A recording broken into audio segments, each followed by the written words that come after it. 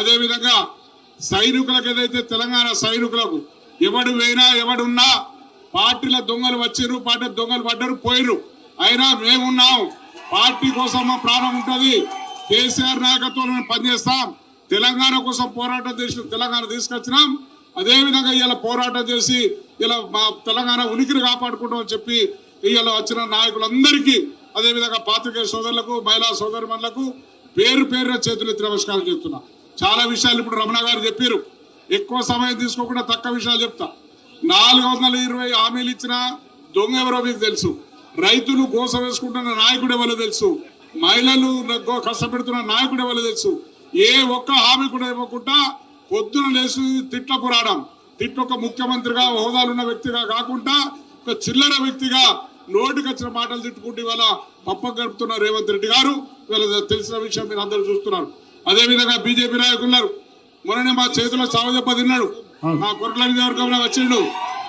ఇదన్నాడు అదన్నాడు, ఏదో చేసిండు ఏది లేకుండా చెవులు మూసి ఇక్కడికి మళ్ళీ జిందాబాద్ పంపించినాం. బిడ్డ ఇక్కడ నడది, నీ అబద్ధాల మాటలు, నీ పసుపోటు తెస్తారు, స్టాంప్ పేపర్ రాసిచ్చిన మాటలు నడ, ఇక్కడ నీ అబద్ధాలు ఎవరు అమ్మేందుకు సిద్ధంగా లేదని చెప్పి ఇలా బీజేపీ అభ్యర్థులు కూడా పంపించినాం. మీరు అభ్యర్థులను చూడండి. 3 అభ్యర్థులు ఇవాళ కాంగ్రెస్ ఉన్నది, అదేవిధంగా బీజేపీ ఉన్నది, మన బీఆర్ఎస్ ఉన్నది. ఏ అభ్యర్థి నాయకత్వం వచ్చి ఉంటది? ఏ అభ్యర్థి అయితే ఇలా అసెంబ్లీ పార్లమెంట్ మాట్లాడగలుగుతాడు?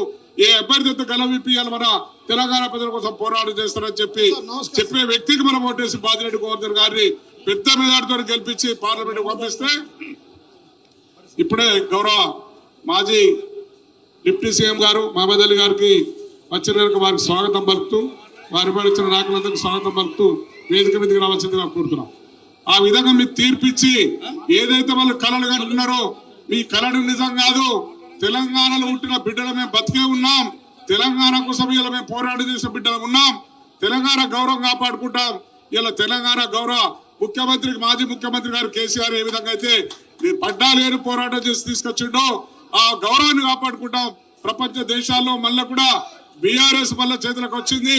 బీఆర్ఎస్ ప్రజలు పట్టం కట్టిరని చెప్పుకునే తీర్పిస్తామని చెప్పే విధంగా మీరు అందరు తీర్పియాలని చెప్పి మీ అందరి సర్వీయంగా చేతులెత్తి నమస్కారం చేసి ఆవేదన మీరు అర్థం చేసుకోరు. ఏమైంది? ఒకనాడు భారతదేశానికి స్వతంత్రం చేసిన మహాత్మా గాంధీని చేతులెత్తి నమస్కారం చేతులు వేయాలని, ఇలా తెలంగాణ కోసం పోరాటం చేసి ప్రాణాన్ని అడ్డం పెట్టి తెచ్చిన మన నాయకుడిని పొద్దున్న లేస్తే 1000 మాటలు తిడుతున్నాడు. 1000 మాటలు నోటికి వచ్చిన మాటలు లేదు. లాస్ట్ చెడ్డిప్తా లేకుంటే పేగలు తీస్తా ఇటువంటి మాటలు మాట్లాడే వ్యక్తి వాళ్ళు ఉన్నాడు కనుక అగౌరవపరుస్తున్నాడు. ఒక్కనాడు కూడా జై తెలంగాణ అనలే. తెలంగాణ తెచ్చిన వ్యక్తి కేసీఆర్ అని ప్రపంచ దేశాలు తెలుసు.